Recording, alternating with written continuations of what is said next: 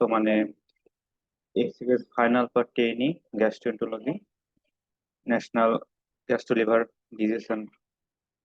আর এছাড়া আমাদের সাথে রয়েছেন আমাদের প্যানেল অফ এক্সপার্ট হিসেবে আমাদের জেনেসিস মিড টার্মের সিনিয়র দুজন মেন্টর, ডক্টর মিহিরাঙ্গিজ রহমান আপু এবং ডক্টর নাদিয়া জামান স্বপ্ন আপু।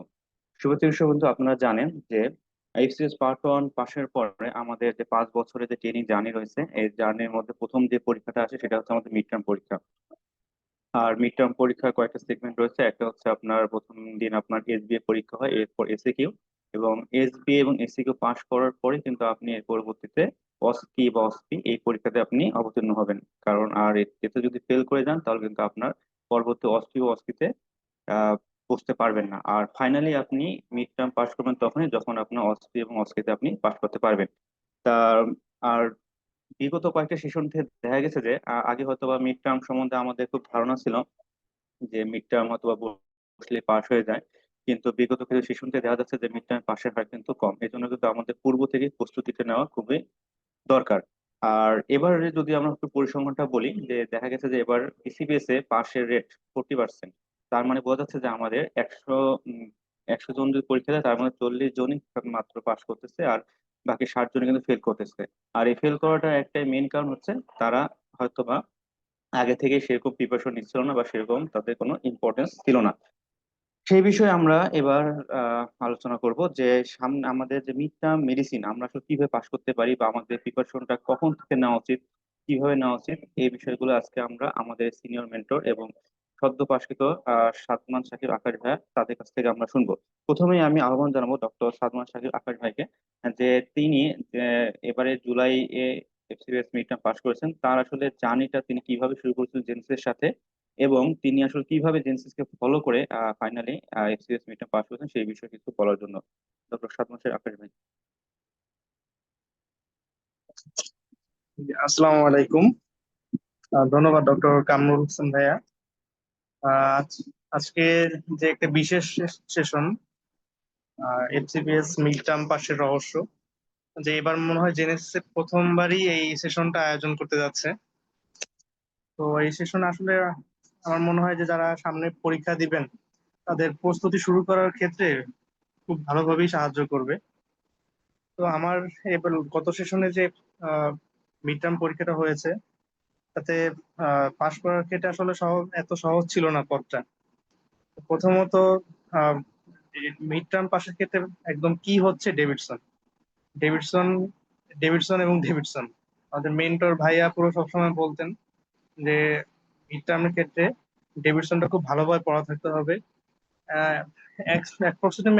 মিনিমাম হচ্ছে 95% কোশ্চেনই ডেভিডসন থেকেই চলে আসে, হয়তো 5% গাইডলাইন বা অন্য কোনো সোর্স থেকে আসে যেগুলো আপু ভাইয়ারা বলে দেন। তো ডেভিডসনটা আসলে পুরো ফুললি যদি কেউ কভার করে আমার মনে হয় তার 90 to 95% কোশ্চেন এখানেই কভার হয়ে যায়। তো পার্ট ওয়ানে আমরা যেভাবে ডেভিডসনটা পড়েছিলাম, মিড টার্মের ক্ষেত্রে বেশ কিছুটা পার্থক্য রয়েছে। আমাদের অত ম্যানেজমেন্ট গুলো বা ডোজ এগুলো হয়তো পার্ট ওয়ানে এত ডিটেলস পড়া লাগতো না, কিন্তু মিড টার্মে এইগুলো খুব ভালোভাবে পড়া লেগেছে। এবং এবার বিশেষ করে ডোজ ডিউরেশন সহ কোশ্চেন এসেছিল। তো এই জিনিসগুলো যেহেতু নতুন করে অ্যাড হচ্ছে, বিসিপিএস ও কোশ্চেন রেগুলার চেঞ্জ করতেছে, তো সেহেতু আমাদেরকে এগুলো হয়তো আরো ভালোভাবে এখন দেখা উচিত। আর জেনেসিস থেকেও তো যে ভাইয়াপুরা আছেন তারা দেখিয়ে দেবেন। এছাড়া গাইডলাইন থেকেও কিছু কোশ্চেন এসে থাকে প্রতি বছরই। তো জেনেসিস থেকে আপু ভাইয়ারা কতটুকু পড়তে হবে এক্স্যাক্টলি এটাও দেখিয়ে দিয়েছেন। তো এটা একটা মানে মেইন ফ্যাক্টর যে গাইডলাইন তো একটা সমুদ্রের মতন, এতগুলো গাইডলাইন আসলে সব কিছু পড়াও শেষ করাও সম্ভব নয়। তো কতটুকু পড়তে হবে পরীক্ষার আগে, জিস যে অংশটুকু, এটাই হচ্ছে মূলত ইম্পর্টেন্ট। তো সেটা আপু ভাইয়ের প্রতি বছরই যে গাইডলাইনের ক্লাসগুলো হয় এবারও হয়তো ইনশাল্লাহ হবে, তো এগুলো অনেকটা হেল্পফুল। পাশাপাশি রাইট রিটেন পাশের পরে যে পরের যে এটা আসে যে অসপি অসপি, তো জলিল স্যারের বই এখানে একটা ইম্পর্টেন্ট ফ্যাক্টর ছিল। প্রথম থেকে যদি কেউ জলিল স্যারের বইটা অ্যাটলিস্ট একবার বা দুইবার শেষ করেন, অত ওভারঅল একটা ক্লু এসে যায় যে কতটুকু পড়তে হবে, কোশ্চেন গুলো কিরকম হবে। আর সবচেয়ে ভালো হয় হচ্ছে অসপি অসপি টপিকস গুলো যদি ডেভিডসন থেকে টপিকস বা যেইগুলো আছে রিলেট করে যদি পড়া হয়, কোন একটা ছবি আমি দেখলাম, একটা টপিকস দেখলাম, ডেভিডসন ওই ওই চ্যাপ্টারে ওইখানে ওই ছবিটা কোথায় আছে, ওই টপিকসটা কোথায় আছে, যদি আমি মিলিয়ে পড়ি তাহলে হয় কি রিটেনও কভার হয়ে যায়, অসপিও কভার হয়ে যায়। নেক্সট টাইম প্রিপারেশন নিতে পরীক্ষার আগে জিনিসটাও সহজ হয়ে যায়। তখন আর কি মাথায় একটা ক্যাচ হয়ে থাকে যে আমার ডেভিডসন ওই জায়গায় টপিকটা ছিল, এখান থেকে একটা রিটেন আসতে পারে, বা এই ছবিটায় জলিল সাহেবেও ছিল, ডেভিডসনেও ছিল। তো এইখান থেকে রিটেনও কোশ্চেন হতে পারে, অসপি থেকে এই জায়গা থেকে কোশ্চেন হতে পারে। তো এই একটা ফ্যাক্টর। আর দ্বিতীয়ত যে অসপি তার একটা বিষয় থাকে যে হিস্ট্রি টেকিং, যেটা হিস্ট্রি টেকিং কাউন্সিলিং এর পার্ট। এটা আমার মনে হয় কি আসলে এটাও মানে জাস্ট পরীক্ষার রিটেন রেজাল্ট দেওয়ার পর যে 7-8 দিন বা 10 দিন সময় থাকে, এর মধ্যে পড়াটা অবশ্য ডিফিকাল্ট। তো এটা যারা সামনে পরীক্ষা দেবেন, আমার পরামর্শ থাকবে যে আপনারা রেগুলার প্র্যাকটিস করেন। যদি ওয়ার্ডে যান, আপনার যে কলিগস আছে, আপনার যদি ফ্রেন্ডস থাকে, তার সাথে প্র্যাকটিস করেন, তাকে বলার সুযোগ দেন, আপনিও তাকে বলেন। আরো ভালো হয় যদি রোগীর উপরই প্র্যাকটিস করেন, একজন রোগী তাকে আপনি ফুল পরীক্ষার মতো করেই কাউন্সিলিং করলেন, আপনার জিনিসটা আগেই প্র্যাকটিস হয়ে গেল। তাহলে সামনে পরীক্ষার আগে এই জিনিসটা নিয়ে আপনার কষ্ট করে করতে হবে না। না হলে ওই 5-6 দিনে অসকি এক্সামিনেশন, হিস্ট্রি টেকিং, কাউন্সিলিং সব প্র্যাকটিস করে গেলে, প্র্যাকটিস করতে গেলে একটু অনেক প্রেশারের মধ্যে পড়তে হয়। এছাড়া আরেকটা জিনিস আমার যেটা পরামর্শ থাকবে যে রিটেনের ক্ষেত্রে আমিও যেটা ফলো করেছিলাম যে কোনো কোশ্চেন ছেড়ে আসা যাবে না। মেন্টর যে ভাইয়া পড়েছিলেন তারাও বলতেন যে কোনো কোশ্চেন ছেড়ে আসা যাবে না। আমি পারি কি পারি না, আমার কমন পড়েছে কি পড়েনি, এটা ফ্যাক্ট না। আপনি যতটুকু রেসিডুয়াল নলেজ আছে আমি যেন দু একটা লাইনও লিখে আসি, কেননা যদি লিখে আসি কিছুটা সেক্ষেত্রেও মার্কস আসবে, কিন্তু ছেড়ে আসলে কোশ্চেনটা সেখানে আসলে স্যারদের মার্কস দেওয়ার কিছু থাকে না। তো এই ক্ষেত্রে এটা আসলে একদম ইম্পর্টেন্ট যে আপনার কমন কোশ্চেন কমন না পড়লেও আপনার তো রেসিডুয়াল নলেজ কিছুটা আছে, আপনি 2 বছর ট্রেনিং করেছেন, আপনি এর আগে 5 বছর এমবিবিএস করে পাশ করেছেন, ইন্টার্নশিপ করেছেন, কিছুটা তো আপনি জানা আছে টপিক সম্পর্কে, কিছু লিখে আসেন, অ্যাটলিস্ট মার্কস দেওয়ার মতন জায়গা থাকবে স্যারদের কাছে। আর দ্বিতীয়ত হচ্ছে টাইম ইজ দ্য কি, যে আমাদের 20টা কোশ্চেন, সেখানে আবার সাবডিভিশন থাকে, 3টা 4টা করে কোশ্চেন থাকবে। 20টা কোশ্চেন আমাকে 3 ঘন্টার মধ্যে শেষ করতে হবে। তো 3 ঘন্টার মধ্যে শেষ করতে গেলে টাইম একটা বড় ফ্যাক্টর। এই 20টা কোশ্চেন 3 ঘন্টার মধ্যে শেষ করতে গেলে কতটুকু টাইম লাগে সেটা হিসাব করে লিখতে হবে, কারণ লেখা অনেক। আমি যদি প্রথম 2-3টা কোশ্চেন খুব ভালো মতো লিখতে যাই, যেটা পারি সেটা ভালোভাবে লিখলাম, শেষের গুলো আর আমার লেখার সময় থাকলো না, আমি কোনো মতে লিখে আসলাম, পরীক্ষা কিন্তু খারাপ হয়ে যাবে। তো এই জিনিসটাও খেয়াল রাখতে হবে আমাদের। আর এক্সামিনেশনের যে বিষয়গুলো, এটা তো জেনেসিস থেকে দেখাবেই, রেগুলার ব্যাচও ক্লাস হবে, পরে অস্কি ব্যাচও দেখা হবে। তবে সেটা বললাম হিস্ট্রি এর মতন, যে আমি ওয়ার্ডে যখন ট্রেনিং করব, যখন ডিউটি করব, আমি এক্সামিনেশন গুলো পরীক্ষার মতো যেন করি। একটা নতুন পেশেন্ট আসছে, তাকে আমি রিসিভ করলাম, তার আমার মনে হচ্ছে যে অ্যাবডোমিনাল সিস্টেমে কোনো প্যাথোলজি আছে, আমি পরীক্ষার মতো করি তাকে এক্সামিনেশন করি, যাতে আমার একবারে প্র্যাকটিস হয়ে যায়। আমি কোনো রেসপিরেটরি সিস্টেমের প্যাথোলজি সাসপেক্ট করতেছি, আমি রেসপিরেটরি সিস্টেম এক্সামিনেশনটা পরীক্ষার মতো করেই করলাম। তাতে লাভ হচ্ছে কি আমার একবারে এক্সামিনেশন প্র্যাকটিস হয়ে যাচ্ছে। সেক্ষেত্রে পরীক্ষার আগের কয়েকদিনে আমার আসলে খুব একটা এফোর্ট দেওয়া লাগবে না, তখন আমার অস্কি কাউন্সিলিং এদিকে রিভিশন দিতে আমি সময়টা বেশি দিতে পারবো। এবং এক্সামিনেশন এমন ভাবে করতে হবে যেন আপনার হাত চললে স্যাররা বুঝতে পারে যে আপনি প্র্যাকটিস করতেছেন। কারণ আপনি যদি রেগুলার প্র্যাকটিস না করেন, স্যাররা বুঝে যাবে যে আপনার মানে আপনি ইউজ টু না এক্সামিনেশন, বা আপনি এক্সামিনেশন ভালো করে করেননি। তো আপনার আম, মাথা কাজ করার আগে হাত কাজ করতে হবে, এই একটা ফ্যাক্টর। তো জেনেসিস থেকে ওইগুলো দেখানো হবে, এ নিয়ে দুশ্চিন্তার কিছু নেই। আপনারাও রেগুলার প্র্যাকটিস করবেন, আর সর্বোপরি সৃষ্টিকর্তার উপর ভরসা তো করতেই হবে। সবার জন্য শুভকামনা। এটা ছিল আমার মোটামুটি আমার প্রিপারেশনের আদ্যপান্ত।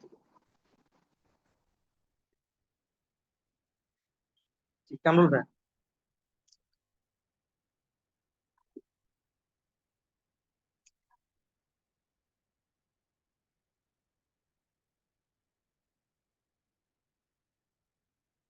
নিলে আপনারা প্রথমবারই এফসিএস পার্ট 1 পাস করবেন, সেই জিনিসটা ভাইয়া আমাদের সামনে তুলে ধরলো। এবার আমি আহ্বান জানাবো আমাদের panel of expert senior mentor doctor মিয়ানাঙ্গিস রহমান আপুকে। আপু বর্তমানে এফসিএস ফাইনাল পার্ট ট্রেনিং এবং এমআরসিবি কমপ্লিট করা। আপুকে আমি আহ, বিশেষ করে গুরুত্ব দিতে বলবো যে কিভাবে মিড টার্ম পাস করার জন্য আসলে কতটুকু বা কখন থেকে প্রিপারেশন করা জরুরি, আর এবং এসবি এবং এসিকিউতে ভালো করার জন্য আসলে আমাদের প্রিপারেশন কিভাবে নেওয়া উচিত। মিরাঙ্গিস আপু। ভাই আমার কথা শোনা যাচ্ছে? জি আপু, শোনা যাচ্ছে। এক সেকেন্ড। আচ্ছা, আসসালামু আলাইকুম সবাইকে। ফার্স্টে ওয়েলকাম করছি আজকের প্রোগ্রামে। তো আজকের প্রোগ্রামটা আসলে আমি জানতে পেরেছি কয়েকদিন আগে, তো চিন্তা করছিলাম যে এই প্রিপারেশন নিয়ে, মানে এবার যেহেতু রেজাল্টটা খারাপ হয়েছে, তো প্রিপারেশন নিয়ে আসলে কি বলা যায়। যেমন আগে যখন ক্লাসগুলো আমি নিতাম, আমি কনফিডেন্টলি বলে দিতাম যে হচ্ছে আপনার এই জিনিসটা লাগবে না, এইটা টপিক পড়তে হবে না, এই টপিক থেকে কোয়েশ্চেন হবে না। বাট এখন আসলে এরকম বলাটা মুশকিল, কারণ এবার হয়তো আপনারা কোয়েশ্চেন দেখেছেন, কোয়েশ্চেনের প্যাটার্ন অনেকটাই চেঞ্জ হয়েছে। আপনার এসবিএ বলেন, এসিকিউ বলেন, অস্কি বলেন, সো এখন লাস্ট কোয়েশ্চেনটা সবাই অ্যানালাইসিস করলে দেখবেন কোনো টপিকই আসলে মানে আনইম্পর্টেন্ট বলে বা লেস ইম্পর্টেন্ট বলে আপনি ছেড়ে আসবেন এরকম আসলে সুযোগ নাই। হ্যাঁ, সব টপিকই আপনার হচ্ছে গুরুত্ব দিয়ে পড়তে হবে। তো এইটার জন্য আমি বলবো যে এখন থেকেই যদি আপনারা শুরু না করেন, আপনারা যারা হচ্ছে জানুয়ারিতে পরীক্ষা দেবেন, তাহলে পরীক্ষার আসলে লাস্ট 2 মাস পরে মানে আত্মস্থ করাটা কঠিন হয়ে যাবে। কারণ আপনারা সবাই তো কোথাও না কোথাও আপনারা ট্রেনিং এ আছেন, বা অনেকে হয়তো কোথাও জব করছেন যেখানে ট্রেনিং কাউন্ট হয়, এরকম জায়গায় আছেন। তো সবার ওই ট্রেনিং করে সপ্তাহে 5 দিন বা 6 দিন হসপিটালে যে প্লাস বাসায় এসে পড়াশোনা, এটা কিন্তু একটু টাফ। আর পরীক্ষার আগে মিড টার্মের আগে ওরকম ছুটিও পাবেন না আপনারা। তো এই জন্য হচ্ছে আমি বলবো আপনারা এখন থেকেই, মানে সবাই হয়তো বলতে পারেন যে এটা কোচিং এর প্রমোশন বা এরকম কোনো কিছু কিনা, আসলে এটা জিনিসটা সেরকম না। আপনারা হয়তো অনেকে ভাবতে পারেন যে কোচিং না করে আমি প্রিপারেশন নিতে পারবো কিনা। কোচিং না করে প্রিপারেশন নিতে পারবেন না জিনিসটা এরকম না, কিন্তু হচ্ছে যে আপনাকে কেউ গাইড করতে হবে, আপনার বুঝতে হবে যে কোয়েশ্চেনটা কোথা থেকে হতে পারে বা কিরকম কোয়েশ্চেনটা আসতে পারে, কোয়েশ্চেনের প্যাটার্ন, আপনার কোয়েশ্চেন অ্যানালাইসিস করা। আপনার হচ্ছে যে একটা টপিক হয়তো আপনি পড়ছেন রিটেনের জন্য, এসবিএ বা এসিকিউ, আপনার কোয়েশ্চেনটা কিভাবে হতে পারে, কারণ পার্ট ওয়ানে আপনারা পড়ে আসছেন একভাবে, যে আপনার ওখানে হচ্ছে সিঙ্গেল বেস্ট অ্যান্সার থাকে, কিছু হচ্ছে আপনার মাল্টিপল চয়েস কোয়েশ্চেন থাকে। সো ওখানে আপনাদের কিন্তু একটা আইডিয়া ছিল যে আমার এভাবে কোয়েশ্চেনটা হতে পারে, হলে এটার অ্যান্সার এভাবে হবে ওইভাবে হবে। সো আপনি মিড টার্মে যদি এভাবে প্রিপারেশনটা নিতে চান, আপনার কিন্তু কোনো না কোনো মেন্টরের বা কোনো না কোনো কোচিং এর আপনার হচ্ছে গাইডেন্স নিতে হবে। সো সেটার জন্যই যে আপনারা যদি এখন কোচিং এ জয়েন করেন, বা আপনারা আগে অনেকে হয়তো জয়েন করেছেন, হয়তো 2-3টা বা 3টা-4টা টপিকও হয়ে গিয়েছে, তো এখন হয়তো বুঝতে পারছেন না যে কিভাবে আপনারা প্রিপারেশনটা নিবেন বা কিভাবে আগাবেন, বা পরবর্তীতে আপনারা যারা মিড টার্ম দিবেন তারাও হয়তো অনেকে এই মানে ইয়েটা শুনবেন, ক্লাসটা দেখবেন। তো তাদের জন্য বলছি যে আপনারা ফার্স্টে ডেভিডসনটাকে হচ্ছে আপনার মেইন বুক ধরতে হবে, মেইন বুক ধরে তারপরে হচ্ছে আপনার সেভাবে আগাতে হবে। হয়তো ভাবতে পারেন যে অস্পির কোয়েশ্চেনের জন্য কোন বই পড়বো, বা অস্পির কোয়েশ্চেন গুলা, আইওই যে কোয়েশ্চেন গুলা হয় সেটা কোথা থেকে। আপনারা খেয়াল করে দেখবেন যে অসপি বলেন, আইউই বলেন, আপনার এসবিএ, এসিকিউ, এগুলো সবকিছু 95% কিন্তু ডেভিডসন থেকে কাভার হয়। আমি সবসময় ক্লাস নেওয়ার সময় বলি যে আপনাদের ডেভিডসনের বাইরে আপনার অসপি আসছে এরকম কিন্তু মানে সাধারণত হয় না, কারণ ডেভিডসনের ভিতরেই অনেক ছবি দেওয়া থাকে, রেডিওলজি দেওয়া থাকে। সো এই জিনিসগুলা থেকেই কিন্তু ঘুরায় ফিরায় আপনার হচ্ছে কোয়েশ্চেন গুলা হয়ে থাকে। তো আপনাদের এখন যারা পরীক্ষা দিবেন সামনে, জানুয়ারিতে দেন বা জুলাইতে দেন, আপনারা কিভাবে আগাবেন বা কিভাবে পড়বেন, এই জন্যই তো আজকে ক্লাসটা আসলে। তো আমি বলবো আপনারা ফার্স্ট একটা চ্যাপ্টার ধরবেন যখন, ওই চ্যাপ্টার থেকে আপনার ফার্স্টে জানতে হবে যে আপনার কোন টপিক গুলাকে আপনার একদমই ছাড়া যাবে না, যেটা আপনার মানে আমি সবসময় বলি যে পরীক্ষার আগের রাত্রে আপনার অবশ্যই ওই টপিক গুলা দেখে যেতে হবে, ওটা ভেরি ভেরি ইম্পর্টেন্ট। কিছু টপিক আছে হয়তো একটু লেস ইম্পর্টেন্ট, যে আপনি আগে পড়ে রাখলেন, পরীক্ষার আগে এতটা রিভিশন না দিলেও চলবে। আর কিছু জিনিস যেমন হ্যাঁ, কিছু জিনিস বলা যায় যে ওখান থেকে কোয়েশ্চেন, যেমন অ্যানাটমি, ফিজিওলজি, এই পার্ট গুলা থেকে ওরকম কোয়েশ্চেন আসে না। ওই টপিকটা যখন একটা টপিক শুরু করবেন, আমি সাপোজ আমি যেমন রেসপিরেটরি মেডিসিন পড়াই, সো আপনি যখন পালমোনারি এম্বোলিজম, সাপোজ আপনি একটা টপিক ধরলেন, ওই পালমোনারি এম্বোলিজম থেকে আপনার এসবিএ কি আসতে পারে, আপনার এসএকিউ কি আসতে পারে, এই জিনিসগুলো আপনার জেনে সেভাবে হচ্ছে আপনার পরীক্ষা মানে পাশের জন্য পড়তে হবে। এবং একটা টপিক যখন পড়বেন সেটা এসবিএ, এসএকিউ, অসপি, আইইউই, এবং হচ্ছে আপনার যদি ওটা আপনার ক্লিনিক্যালি আসার মতো থাকে, পুরাটা আপনাকে কভার করে এখন থেকেই পড়তে হবে। হ্যাঁ, এখন থেকে যদি ওভাবে গুছায় না পড়েন, হয়তো মনে করলেন আমি ফার্স্টে এসবিএ বা এসএকিউটা শেষ করি, অসপি পার্টটা পরে পড়বো, আপনার পড়াটা কিন্তু ইনকমপ্লিট থেকে যাবে। কারণ আপনার যে জলিক স্যারের বই বলেন বা বকর স্যারের একটা বই আছে, সেখান থেকেও যদি দেখেন, খেয়াল করে যে ওখানেও কিন্তু আপনার রিটেনের মতো করে কোয়েশ্চেন গুলো আসে, যে আপনার 5টা সাইন বা 5টা সিমটম, 6টা ইনভেস্টিগেশন, 4টা management option, principles of management. হ্যাঁ, তারপরে হচ্ছে আপনার কিছু কোয়েশ্চেন থাকে যে আপনার কিছু ইন্ডিকেশন, কন্ট্রা ইন্ডিকেশন, কিছু টপিকের ইম্পর্টেন্ট এগুলা লাগে। হ্যাঁ, তারপর হচ্ছে কিছু প্রোটোকল, কিছু জিনিসের ট্রিটমেন্টের কিছু জিনিস লাগে।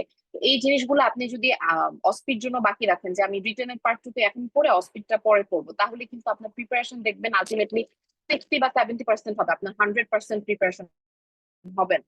সো এই জন্যই বলবো যে আপনারা এখন থেকে আর নেক্সট সেশনে যতটা মনে হচ্ছে স্যাররা চেষ্টা করছেন যে আপনার হচ্ছে ক্লিনিক্যাল যে এক্সামটা হয় সেটা হচ্ছে আপনার রিয়েল পেশেন্টের উপর করা। হ্যাঁ, তো সেটা যদি করে তখন সেটার জন্য আপনার একটা প্রিপারেশন নিতে হবে। প্রিপারেশন বলতে হচ্ছে এক্সামিনেশন প্রসিডিউর তো হচ্ছে আপনারা সবাই প্র্যাকটিস করছেন বা করানো হয়, বাট আপনার ফাইন্ডিংস ফাইন্ড আউট করতে হবে। ফাইন্ডিংস ফাইন্ড আউট করে সেটা আপনার প্রেজেন্ট করা, সেটা হচ্ছে আপনার ডিফারেন্সিয়াল ডায়াগনোসিস বলা, ইনভেস্টিগেশন বলা, ম্যানেজমেন্ট বলা, এগুলো সবকিছুই কিন্তু একটা ওভারঅল একটা কম্প্যাক্ট প্রিপারেশন।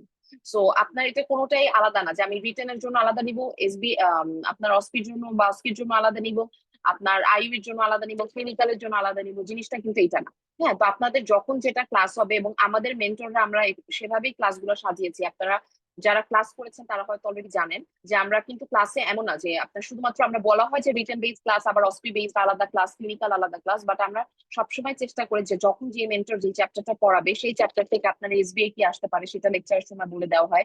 আপনার এসএকিউ থেকে কোয়েশ্চেন গুলা কিভাবে আসতে পারে, কি প্যাটার্নে আসতে পারে, কি কিভাবে ঘুরে আসতে পারে। হ্যাঁ, সিনারিওটা যখন থাকবে সিনারিওটা আইডেন্টিফাই করা ইজ ভেরি ইম্পর্টেন্ট। ভাইয়া সাদমান ভাই একটা কথা বলে গিয়েছে যে কোনো কোয়েশ্চেন কিন্তু আপনার ছেড়ে আসা যাবে না। This line is very very important. আপনি যদি কোনো কোয়েশ্চেন ছেড়ে আসেন বা কোনো কোয়েশ্চেনের যদি ডায়াগনোসিস না হয় তাহলে কিন্তু এটা পুরো 5 মার্ক আপনার গন। হ্যাঁ, তখন আপনি অন্যগুলাতে খুব ভালো লিখলেও আপনি কি হবে, আপনাকে তো 5-এ 5 কোনো কোয়েশ্চেন দিবে না। আপনি কত খারাপ লিখলেও একটা কোয়েশ্চেন আপনি কত 1.5 বা 2 তো পাবেন। সো এই জন্য যে আপনার কোয়েশ্চেনটা মানে আপনার সিনারিওটা আইডেন্টিফাই করতে হবে, আপনার ডায়াগনোসিস করতে হবে। সো এই আইডেন্টিফাইটা করার জন্য কি কি কি পয়েন্ট আপনার কোয়েশ্চেনে থাকতে পারে সেই জিনিসগুলাই কিন্তু আমাদের ক্লাসে হচ্ছে আমরা ডিসকাস করি। হ্যাঁ, প্রত্যেকটা টপিক যখন আমরা শুরু করি সেটা শুরু করার আগে আমরা বলি যে এই টপিক থেকে যখন এই কোয়েশ্চেনটা হবে আপনার কোয়েশ্চেনে ক্লু এটা এটা দেয়া থাকবে, এটা দেখে আপনারা বুঝবেন এটা ডায়াগনোসিস। আপনার কি কি এটার কমপ্লিকেশন দিয়ে দিতে পারে ইনভেস্টিগেশনটা, কারণ আসলে ডিরেক্ট বইতে যেরকম ডিরেক্ট ফাইন্ডিং দেওয়া থাকে আপনাকে তো কোয়েশ্চেন অনেক সময় ডিরেক্ট না দিয়ে আপনার হচ্ছে ইনডিরেক্টলি হচ্ছে আপনাকে ওই ফাইন্ডিংটা মিন করা হবে কোয়েশ্চেনে। সো এইভাবেও যে আপনার মানে কিভাবে কি কি ওয়ার্ড ইউজ করা হতে পারে কোয়েশ্চেনে, তো এই জিনিসগুলোও কিন্তু আমাদের ক্লাসে বলে দেওয়া হচ্ছে। এবং আপনারা যদি মনোযোগ দিয়ে ক্লাস করে দেখবেন প্রত্যেকটা ক্লাসে যখন আপনার ডেভিডসন বেসিক ক্লাসগুলো হয় এবং যখন ডেভিডসন ওই চ্যাপ্টারটা পড়ানো হয় তখন চেষ্টা করেন ওখান থেকে অস্পিড কি কি কোয়েশ্চেন হতে পারে, ইভেন আপনার ক্লিনিক্যাল কোন পোর্শন ওখান থেকে ক্লিনিক্যাল কি লাগবে, গাইডলাইন কি লাগবে, এগুলো সবকিছু কিন্তু একটা কম্প্যাক্ট প্রিপারেশন আপনার ক্লাসে দেওয়া হয়। এবং পরবর্তীতে আবার ক্লিনিক্যাল আলাদা ক্লাস হয়, আপনার হচ্ছে আবার অসপি আলাদা ক্লাস হয়, আপনার হচ্ছে আমাদের হিস্ট্রি টেকিং এর আলাদা ক্লাস, প্রত্যেকটা জিনিসের জন্য কিন্তু আমাদের আলাদা আলাদা ক্ষেত্রে ক্লাস থাকে। হ্যাঁ, তো আপনারা যদি এখন থেকে কেউ যদি মনে করেন যে আমি এখনো প্রিপারেশন শুরু করি নাই, is it possible to ace the mid term exam in next January? Yes, it's possible. মানে আপনি যদি এখন থেকে শুরু করেন তাহলে অবশ্যই পসিবল, বাট আপনাকে হ্যাঁ একটু টাইম দিতে হবে, গুছায় পড়তে হবে যাতে পরীক্ষার 1 মাস আগে আপনার হচ্ছে বেশি টেনশন করা না লাগে, বেশি স্ট্রেস না লাগে। আর আমাদের এখন আমরা সবাই যে স্টেজে আছি আমরা সবকিছু ছেড়ে পড়াশোনা করবো এরকম জিনিসটা আসলে এক্সপেক্ট করাটা খুব বোকামি। হ্যাঁ, আমাদের লাইফে আল্লাহ না করুক যে কোনো কারোর যে কোনো সময় একটা এমার্জেন্সি সিচুয়েশন অ্যারাইজ করতে পারে। তো আপনি এমন ভাবে প্রিপারেশন নিবেন যে আপনার পরীক্ষার আগেও যদি আল্লাহ না করুক কোনো কারণে আপনি 10-15 দিন পড়তে না পারেন, তো এখন থেকে যদি ওভাবে আপনারা রেগুলারলি ক্লাসগুলো করেন। এবং এখানে একটা সুবিধা হচ্ছে প্রত্যেকটা ক্লাসের পরে কিন্তু আপনার ক্লাস টেস্ট হয়, এবং ক্লাস টেস্টটা কিন্তু শুধুমাত্র আপনার যে রিটেন এসবিএ বা এসিকিউ তার উপর না, আপনার অস্পির উপরও ক্লাসটা হচ্ছে। এবং ক্লিনিক্যাল ক্লাসটা যখন হচ্ছে সাথে সাথে কিন্তু আমরা যতজন থাকে যারা ক্যান্ডিডেট থাকে সবাইকে দিয়ে কিন্তু ইন্ডিভিজুয়ালি প্র্যাকটিস করানো হয় যাতে হচ্ছে আপনাদের হাতটা আসে, কারণ এক্সামিনেশন আমরা ওয়ার্ডে সবাই করি কিন্তু আমরা সবাইকে সিস্টেমেটিক্যালি করি না। সো আপনারা সিস্টেমেটিক্যালি প্রত্যেকটা আপনারা যখন এখানে আসবেন আসার পরে প্রত্যেকটা সিস্টেম যখন সিস্টেমেটিক্যালি একবার করে প্র্যাকটিস করবেন তখন কিন্তু আপনাদের নিজেদের মধ্যে একটা কনফিডেন্স গ্রো করবে। এটা যখন আপনারা আস্তে আস্তে ক্লাসগুলো করবেন এবং যারা রেগুলারলি ক্লাস করবেন তাদের ক্ষেত্রে বলছি, তাদের ক্ষেত্রে এই জিনিসটা কিন্তু অলরেডি গ্রো করে যায়। আপনারা এর আগে যারা ক্লাস করেছেন তাদের কাছ থেকে আপনারা ফিডব্যাক নিয়ে দেখেন যে তখন তারা নিজেরাই বলবে যে হ্যাঁ আমি যারা লাইভ ক্লাস করেছে আর যারা অনলাইনে করেছে তাদের মধ্যে কিন্তু এটা একটা ডিফারেন্স। কারণ অনলাইনে আপনি ক্লিনিক্যাল করে যত যাই হোক আপনি হয়তো আমার কথা শুনছেন, এই কথা তো আপনি ইউটিউবে হাজারটা লেকচার এরকম শুনতে পারবেন, লাভ নাই। সো আপনার যেটা যে হচ্ছে আপনি যদি এখানে রেগুলারলি ক্লাসগুলো এসে করেন, রিটেনের ক্লাসগুলো করেন, এক্সাম গুলো যদি রেগুলারলি দেন এবং হচ্ছে আপনি ক্লিনিক্যাল ক্লাসগুলো যদি রেগুলারলি করেন তাহলে ইনশাল্লাহ পাশ করা কঠিন হবে না। ভাগ্যে থাকতে হবে অবশ্যই, আল্লাহ যদি না রাখে তাহলে তো সম্ভব না, বাট আমাদের দিক থেকে যতটুকু চেষ্টা করে ততটুকু করতে হবে। আর আমাদের এখানে ডেডিকেটেডলি প্রত্যেকটা গ্রুপের জন্য বা প্রত্যেকটা ব্যাচের জন্য আলাদা একটা হোয়াটসঅ্যাপ গ্রুপ থাকে। যেটার সাথে হচ্ছে আপনার যে ক্যান্ডিডেটরা বা স্টুডেন্ট যারা থাকে তারা ডিরেক্টলি মেন্টরদের সাথে কানেক্টেড থাকে। সো কোনো প্রবলেম যদি কোনো টাইমে অ্যারাইজ করে, সো যে কোনো টাইমে আপনি মেন্টরকে রিচ করতে পারবেন। যে কোনো জিনিস বুঝতে সমস্যা হলে বা কোনো জিনিস নিয়ে যদি কোয়ারি থাকে বা যে কোনো ফিডব্যাকও যদি থাকে, আপনার যদি ক্লাস নিয়ে বা আপনার জেনেসিস এর কোনো বিষয় নিয়ে আপনার কোনো ফিডব্যাক থাকে, সেটাও কিন্তু হচ্ছে আপনার সবসময় আপনার 24 আওয়ার্স আপনারা মেন্টরদের সাথে বা আপনি আমাদের যারা থাকেন অফিসে তাদের যে কোনো সাথে কন্ট্যাক্ট করে আপনারা সেটা প্রবলেমটা সলভ করতে পারবেন। সো আশা করি যে আপনারা সবাই ইনশাল্লাহ এখন থেকেই প্রিপারেশন শুরু করবেন, যাতে পরবর্তীতে আপনাদের ইয়ে না হয়, সমস্যা না হয়, এবং জানুয়ারিতে যাতে সবাই ইনশাল্লাহ 100% পাস করে যায় এই কামনা করছি। এটা বলে আমি আমার পার্টটা এখানে শেষ করছি। থ্যাংক ধন্যবাদ আপুকে। আপু, আমার একটা কোশ্চেন ছিল যে অনেকে আমাদেরকে জিজ্ঞেস করে যে যারা হয়তোবা কেবল শুরু করতেছে ট্রেনিং, হয়তোবা যাদের 6 মাস বা 1 বছর হয়ে গেছে, তারা মিড টার্মের জন্য আগে থেকেই আসলে কিভাবে প্রিপারেশনটা নিবে, একটু যদি বলতেন ওয়ার্ডের পাশাপাশি। আচ্ছা, ওয়ার্ডের পাশাপাশি তারা কিভাবে প্রিপারেশন নেবেন, অনেকে যেটা আমিও এই ধরনের কোয়েশ্চেন পাই, যাদের হচ্ছে 1 বছর বাকি বা 1.5 বছর বাকি, আপনারা হয়তো বুঝতে পারছেন না যে ট্রেনিংটা কিভাবে এফেক্টিভ হতে হবে। তো তাদেরকে আমি বলবো আপনারা ওয়ার্ডে কোচিং এ আপনারা যেটা, যে আমাদের তো একটা যেটা ফাউন্ডেশন ব্যাচ শুরু হয়েছে, if I am not wrong. So আপনারা যদি চান সেক্ষেত্রে আপনারা এই ব্যাচটাতে এনরোল করতে পারেন, 1 নাম্বার। সেকেন্ড থিং হচ্ছে যে আপনি প্রিপারেশন নিতে চাই, সেক্ষেত্রে আপনি বলবো আপনারা যারা হচ্ছে গভর্নমেন্ট মেডিকেল কলেজগুলোতে ট্রেনিং এ আছেন, তারা দেখবেন যে প্রত্যেক দিনই আমরা কোনো না কোনো ক্লিনিক্যাল কেস দেখছি, একটা না 4-5টা করে ক্লিনিক্যাল কেস দেখছেন। সাপোজ আপনি হয়তো পালমোনারি এম্বোলিজম আপনি ওয়ার্ডে পাচ্ছেন না, বাট ব্রঙ্কিয়ালাইটিস কিন্তু ইনভ্যারিয়েবলি পাওয়া যায়। সিওপিডির কেস, অ্যাজমার কেস, আপনার সিএলডির কেস, এগুলা কিন্তু আপনারা ইনভ্যারিয়েবলি ওয়ার্ডে পাবেন। তো আপনাদের কাজ হচ্ছে আপনারা ওয়ার্ডে যখন যে পেশেন্টটা দেখলেন সেই জিনিসটা আপনি এসে, যদি আপনি সেদিনই ডেভিডসন থেকে, আর কোনো বই লাগবে না, অনেকে অনেক কিছু বলে যে হ্যারিসন পড়তে হবে, অমুক বই পড়তে হবে, তমুক বই পড়তে হবে, এত কিছুর দরকার নেই। আপনারা যেহেতু মিড টার্ম দিচ্ছেন, মানে আপনার প্রত্যেকটা জিনিসে কিন্তু একটা ডিফারেন্স আছে। আপনার পার্ট 1 এর একটা ডিফারেন্স, পড়ার একটা ডিফারেন্স আছে, মিড টার্মের আছে, পার্ট 2 এর আছে। তো আপনাদের মিড টার্ম পর্যন্ত যতটুকু দরকার, যে যেই কেসটা যেদিন দেখছেন ওয়ার্ডের থেকে এসে আপনি যদি ডেভিডসন থেকে ওই পার্টটুকু পড়ে ফেলেন, বা যেই পেশেন্টটার ফাইন্ডিংস আছে ওই পেশেন্টটাকে ভাইয়া যেটা বললো যে সাদমান ভাই আপনি একদম পুরো হচ্ছে মেথডিক ফার্স্ট টু লাস্ট আপনি ইন্ট্রোডাকশন থেকে শুরু করে একদম লাস্ট থ্যাঙ্কিং পর্যন্ত যদি এক্সামিনেশনটা করে ফেলেন, তাহলে দেখবেন যে আস্তে আস্তে আপনার 1 বছর বা 1.5 বছর যাদের ট্রেনিং বাকি, তারা খুব ভালোভাবে নিজেকে প্রিপেয়ার করতে পারবেন, এবং পরীক্ষার আগে তাদের এক্সট্রা কোনো হ্যাসেল নিতে হবে না, কোনো কষ্ট করতে হবে না, এবং আপনারা দেখবেন যে অনেক ক্যান্ডিডেটের থেকে আপনার প্রিপারেশন অনেক ভালো থাকবে। এখানে একটা জিনিস খেয়াল করবেন যে এখানে কিন্তু সবাই আপনার মানে ঢাকার 2-3টা মেডিকেল কলেজে ট্রেনিং করছে, তারা পরীক্ষা দিচ্ছে না। এটা পুরো সারা বাংলাদেশের মানুষের মধ্যে একটা মানে পরীক্ষাটা হচ্ছে, আর এখানে কেউ কারো কম্পিটিটর না, আপনাকে আপনার বেস্ট পারফরমেন্স দিয়ে আসতে হবে। তো সেটার জন্য, আর আপনি যদি নিজেকে ডেভেলপ করতে চান, যারা মেডিসিনে ক্যারিয়ার করতে চান বা অন্য যে কোনো লাইনে যান, মেডিসিন অ্যানালাইজ সাবজেক্টে ক্যারিয়ার করতে চান, তাদের ক্ষেত্রে এই 2 বছর ট্রেনিংটা খুব ভাইটাল। জাস্ট হাসপাতালে আসলাম গেলাম এভাবে করে আসলে ট্রেনিংটা ওভাবে এফেক্টিভ হবে না। সো যেটা আপনারা করতে পারেন যে 1.5 বছর বা 1 বছর যেটাই বাকি থাকুক, যখন যে কেসটা দেখছেন ওই জিনিসটা আপনি ডেভিডসন থেকে পড়ে ফেলেন। ওইটা দরকার হলে আপনি যদি বুঝতে কোনো সমস্যা, আপনার সিনিয়র কারোর সাথে ওটা নিয়ে ডিসকাস করেন, আর সাথে হচ্ছে ওটার এক্সামিনেশনটা করে ফেলেন। হ্যাঁ, ফাইন্ডিং এলিসিট করা বা ফাইন্ডিং বুঝতে পারা এটা কিন্তু অনেক বড় একটা ব্যাপার। সো অ্যাজ আ ডক্টর আপনি যদি ফাইন্ডিংস না বুঝতে পারেন, মানে আসলে মিড টার্মে যদি স্যাররা ফাইন্ডিংস সহ পেশেন্টও দেয়, এটা তো আমাদের আসলে কোনো কিছু মানে ডিনাই করার কোনো কিছু নাই। এটা তো আপনি ডিনাই করতে পারবেন না যে আপনি 2 বছর ট্রেনিং করে আসছেন, আপনি একটা পেশেন্টের ক্রেপিটেশন বুঝতে পারলেন না, বা আপনি একটা ফান্ডোস্কোপিক এক্সামিনেশন করে ডায়াবেটিক রেটিনোপ্যাথি বা হাইপারটেনসিভ রেটিনোপ্যাথি আপনি বুঝতে পারলেন না। তো আপনি যে স্যারদের সাথে এটা বলবেন যে স্যার না আমরা আসলে নর্মাল এমনি এক্সামিনেশন করতে যাচ্ছি, নর্মাল এক্সামিনেশন প্রসিডিউর আসলে আমরা এমবিবিএস এও করি না। এমবিবিএস, তো এটা নিয়ে আসলে স্যারদের সাথে আপনার কোনো কিছু দ্বিমত হওয়ার কোনো উপায় নাই। তো এখন থেকে আপনারা যদি ঠিক মতো এক্সামিনেশন গুলো করেন, ফাইন্ডিংস গুলো এলিসিট করার চেষ্টা করেন, তাহলে ইনশাল্লাহ প্রিপারেশন আপনাদের সবার ভালো হবে। Thank you. আর কোনো কোয়েশ্চেন আছে কারো? যদি কোনো কোয়েশ্চেন থাকে আমি তাহলে অ্যান্সার করতে পারি, বা পরেও যদি কেউ কোয়েশ্চেন করতে চান তাহলে পরে করতে পারেন। ঠিক আছে ভাইয়া, থ্যাংক ইউ। তাহলে আমি শেষ করছি। ধন্যবাদ ডক্টর মিরাঙ্গেস আপুকে। খুব সুন্দরভাবে আসলে, বিশেষ করে এবার যারা সামনে পরীক্ষা দিবেন এবং ভবিষ্যতে যারা পরীক্ষা দিবেন সবাইকে নিয়েই আপু একটা পরামর্শ দিলেন যে আপনার আসলে ওয়ার্ডের টাইমটা কিভাবে কাজে লাগাবেন সে বিষয়ে। যে আপনার এখন থেকেই কিন্তু আপনার পড়াশোনা শুরু করতে পারবেন যদি ওয়ার্ডে রেগুলার এক্সামিনেশনের মাধ্যমে এবং অডিটের যে কেসটা আপনি পাবেন সেই কেসটার সাথে সাথে ডিভিশনের আলোকে যদি আপনি পড়ে ফেলতে পারেন, দেখবেন যে আপনার মিড টার্ম পড়া অনেকটাই কিন্তু কভার হয়ে যাবে। আর আরেকটা জিনিস যেটা, যে আমাদের আসলে মিড টার্ম পাস করার বা ফাইনাল পার্টও ইভেন পাস করার জন্য আমাদের কিন্তু মেইন বই হচ্ছে ডেভিডসন। অবশ্যই আপনাকে ডেভিডসন পড়তেই হবে।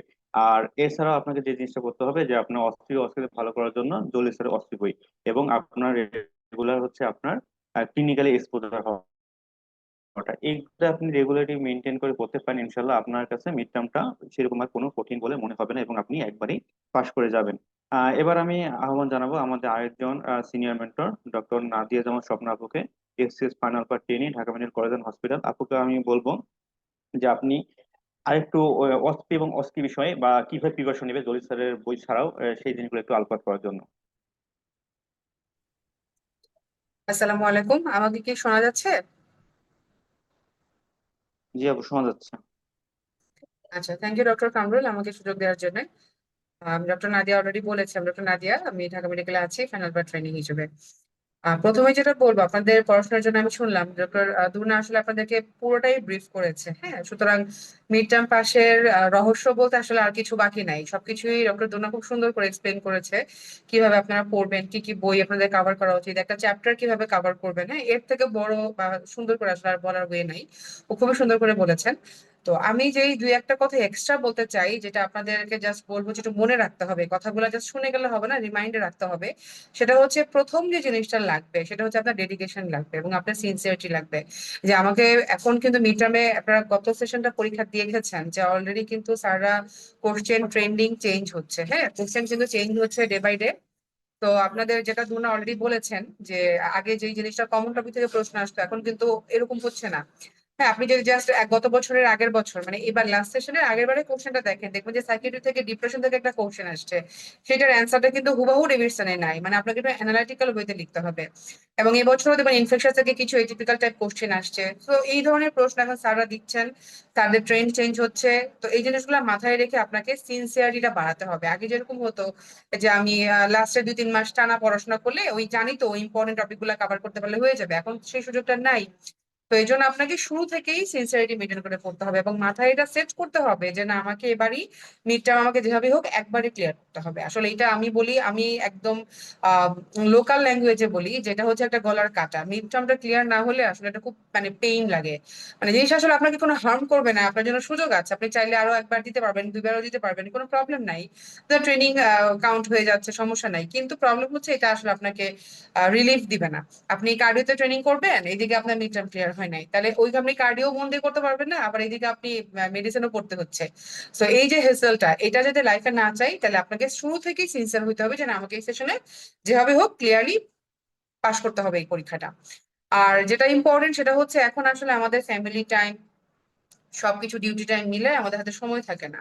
তো এই জন্য আপনি সময়টাকে দুটা ভাগ করে ফেলবেন। হ্যাঁ, সময়টা খুব ইম্পর্টেন্ট, মানে every moment is important for you.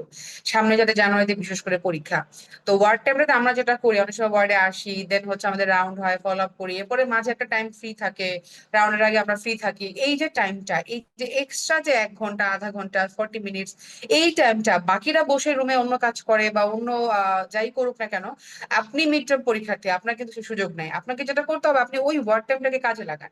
কিভাবে কাজে লাগাতে পারেন? ফর এক্সাম্পল, আপনি তো সাথে সবসময় ডিভিশন নিয়ে ঘুরবেন না, বা আপনি যে বইটা পড়ছেন সেটা নিয়ে ঘুরতে পারছেন না।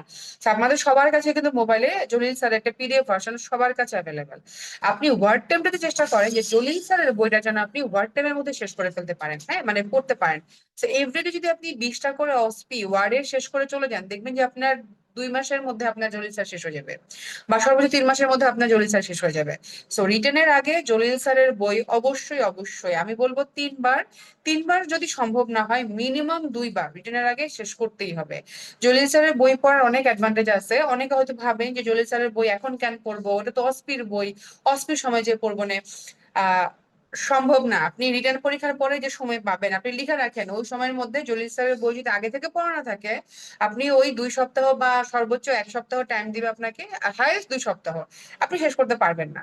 তো অবশ্যই আপনাকে জলিল স্যারের বইটা রিটেন প্রিপারেশন নেওয়া চলাকালীন অবস্থাতেই পড়তে হবে।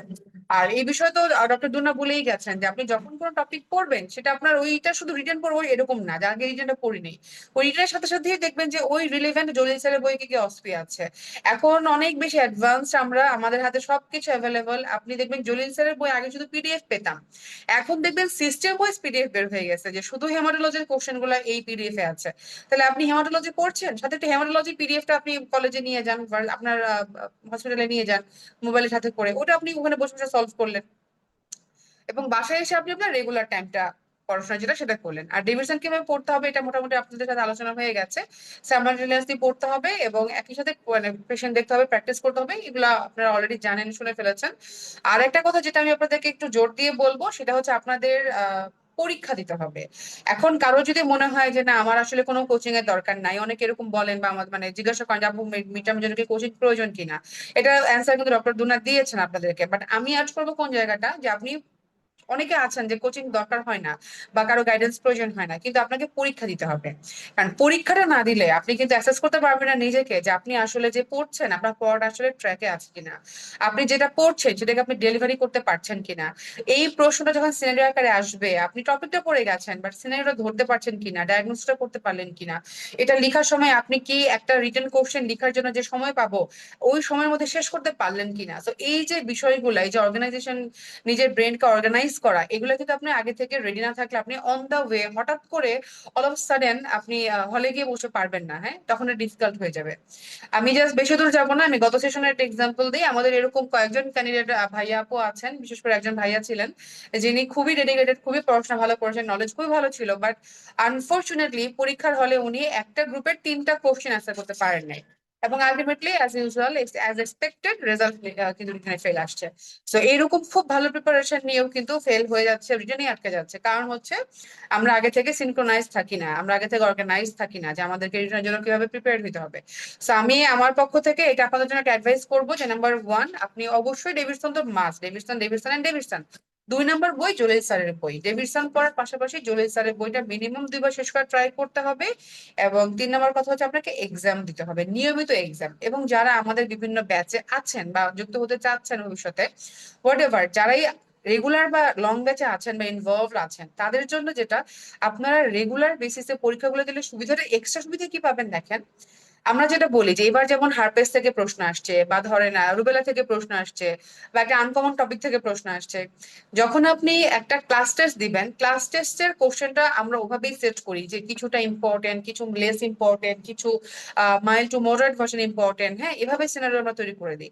তারপর যখন আপনি ক্লাস টেস্ট পার হয়ে পরবর্তী ধাপে একটা রিভিউ পরীক্ষা দিতে যাবেন, ডেফিনেটলি রিভিউতে কিন্তু আপনাকে আমরা একেবারে বেস লাইন কোশ্চেন দিব না, আমরা কিন্তু ওভাবেই কোশ্চেন সেট আপ করি। জেনেসিসের একটা কোশ্চেন প্যানেল নিয়ে মানে অ্যানালাইসিস করার জন্য আলাদা একটা প্যানেল আছে, একটা মডারেট এবং স্পেশাল মেন্টর প্যানেল আছে, যারা শুধুমাত্র আমরা কোশ্চেন অ্যানালাইসিস করে এবং প্রতিটা স্টেপ বাই স্টেপ কিভাবে আপনাদেরকে একদম শুরু থেকে ফাইনাল পর্যন্ত রেডি করবে, কোশ্চেনের ওপর দিয়ে আপনাকে কিভাবে নিয়ে যাবে, এটা একটা অ্যানালাইসিস করা হয়। সো এই কোশ্চেনটা কিন্তু সেভাবে রেডি করা। তো তখন আপনি রিভিউ দিবেন, তখন দেখবেন যে আরেকটু ডিফিকাল্টিজ আসছে কোশ্চেনের মধ্যে, তখন আপনি কিভাবে অ্যান্সার করবেন। যখন আপনি মডেল টেস্ট দিবেন, তখন আপনি বিসিপিএস এর একটা মানে একদম অ্যাকুরেট ফ্লেভার পাবেন। এবং মক তো আমরা বলি সবসময়, মক হচ্ছে একদম বিসিপিএস এর একটা অরিজিনাল ফ্লেভার পাওয়া যায়। এবং দেখবেন যারা নিয়মিত পরীক্ষা দিয়ে আসছে, জেনেসিস এর নিয়মিত পরীক্ষা দিয়েছে, তাদের একটা কমন কথা যে বিসিপিএস এ গিয়ে কিন্তু তাদের কখনো মনে হয় নাই যে তারা আসলে নতুন বা আনকমন কোনো কোশ্চেন, ইভেন আমাদের কিন্তু কোশ্চেনও দেখা যায় কমন পড়ে যায়। এখন প্রশ্ন আছে কিভাবে কমন পড়ে, আমরা কি আগে থেকে জানতে পারি বিসিপিএস কি দিবে? এটা তো পসিবল না। বিষয়টা হচ্ছে আমরা যখন একটা কোশ্চেন রেডি করছি একদম শুরু থেকে, class test, review, final model test বলেন, মক টেস্ট বলেন, আমরা তো সবগুলো কাভার করে নিচ্ছি, আলটিমেটলি কাভার হয়েই যাচ্ছে। তো যে চিন্তা করবেন যে আমি ক্লাস টেস্ট দিব না, দরকার নাই, আমি একবারে মক দিব, তাহলে আপনি কিন্তু ক্লাস টেস্ট টপিক গুলো মিস করে গেলেন। দেখা গেল এই ক্লাসের টপিক গুলো থেকে পরীক্ষা হয়তো কোনো একটা কোশ্চেন চলে আসছে।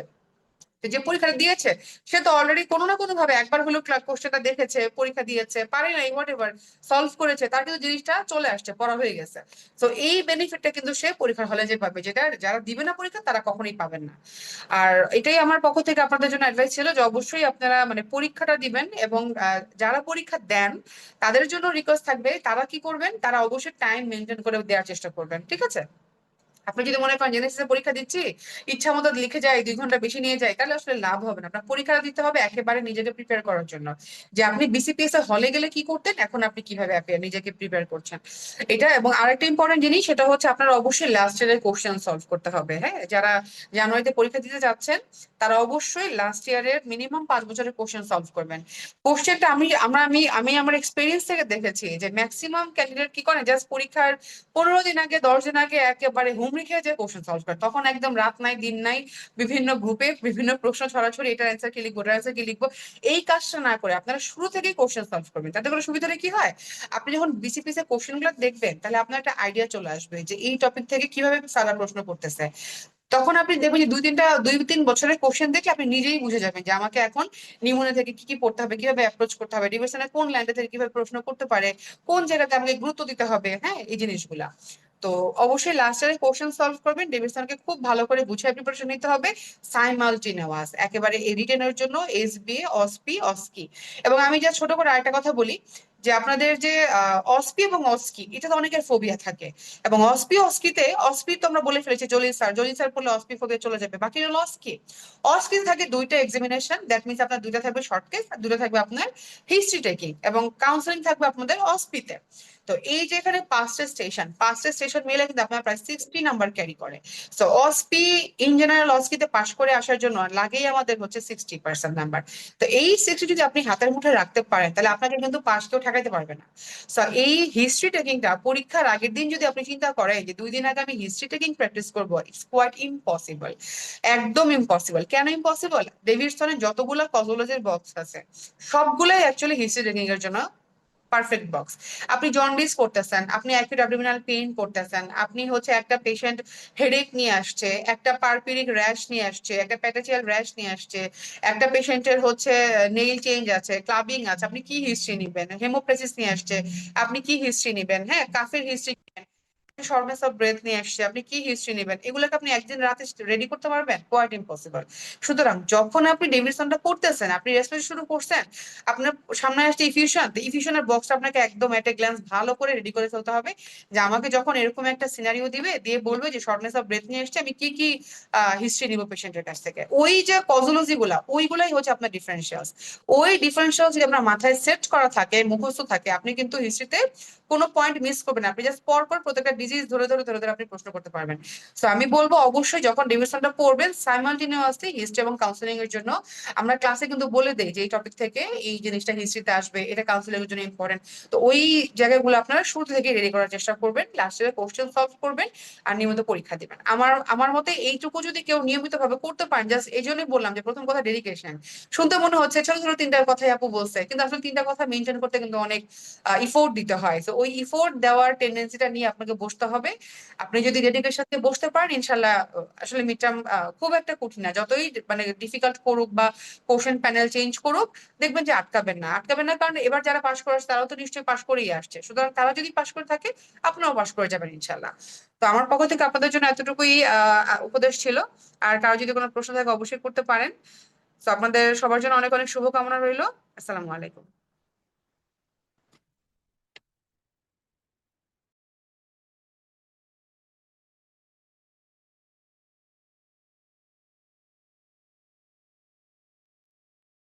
ধন্যবাদ ডক্টর নাদিয়া জামান আপুকে খুব সুন্দরভাবে বিষয়গুলো তুলে ধরার জন্য। আমার মনে হয় আজকে আমাদের প্যানেল অফ এক্সপার্ট এবং ডক্টর সাকিব ভাই সবার কথার মাধ্যমে আমরা আসলে পুরোপুরি একটা গাইডলাইন পেয়ে গেছি আসলে আমাদের মিড টার্ম পাসের জন্য আসলে কোন জিনিসগুলো দরকার, আমাদের কোনগুলো ম্যাটেরিয়ালস দরকার, কিভাবে পড়তে হবে, সব বিষয়ে একটা গাইডলাইন চলে এসেছে। আর এছাড়াও আপনাদের এর এর পাশাপাশি আপনার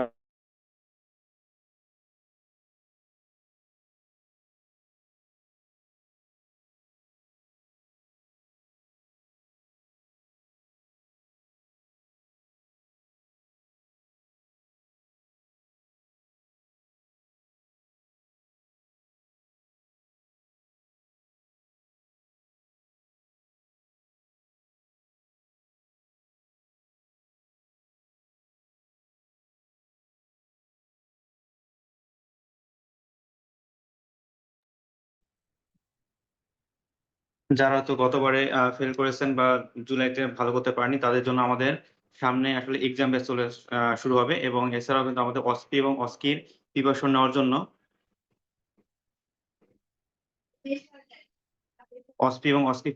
জন্য কিন্তু আমাদের সামনে অসপি প্র্যাকটিস ব্যাচে চলে আসবে। তো আশা করি আমাদের আজকে এই প্রোগ্রামে থাকার জন্য আমাদের ডক্টরদের এবং ডক্টর সাদ মাসুদ আকাশ ভাই সবাইকে অনেক ধন্যবাদ, এবং যারা আপনারা উপস্থিত ছিলেন এবং আজকে এই প্রোগ্রামটি দেখলেন তাদেরকে সবার জন্য শুভকামনা জানিয়ে আজকের প্রোগ্রাম আমরা এখানে শেষ করছি। ধন্যবাদ সবাইকে।